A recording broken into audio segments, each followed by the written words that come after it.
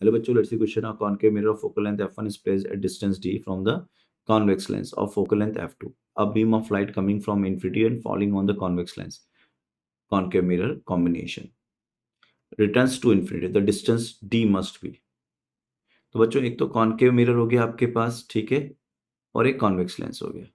तो ये तो हो गया आपके पास कॉन्वेक्स लेंस, और ये हो गया आपका कॉनकेव मिरर, कुछ इस तरह से, ठीक। अब जो लाइट आ रही है वो कैसे आ रही है बच्चों? को लाइट की हम बात करें तो लाइट आ रही है कुछ इस तरह से, स्ट्रेट। ये लाइट आ रही है तो क्या करेगी? ये फोकस पे कन्वर्ट होगी अपने।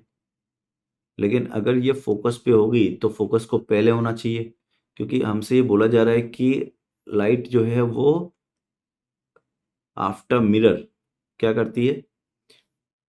Coming from infinity and falling on the convex lens concave mirror combination return to the infinity. तो ये तभी पॉसिबल है जब ये इसके फोकस यहां पर आ जाए बच्चों, ऐसे ये फोकस, और फिर यहीं से वो आगे बढ़ जाए और बढ़कर अपने पाथ को रिट्रेस करे। अपने पाथ को क्या करे? यहीं से रिट्रेस करे, तभी हो सकता है ये पॉसिबल। ठीक है क्या? यहां से ही अपने पाथ को रिट्रेस कर जाए।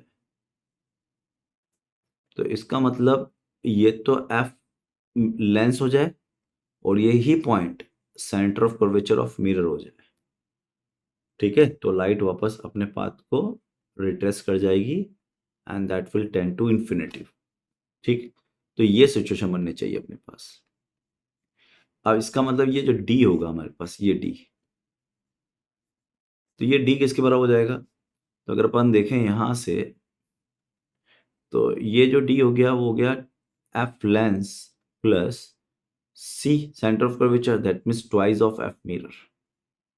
सो this is the D. So right answer of the twice of F mirror, और एफ मिरर कितनी बोलिए? F1, तो twice of F1 plus F2। C option is correct. All the best.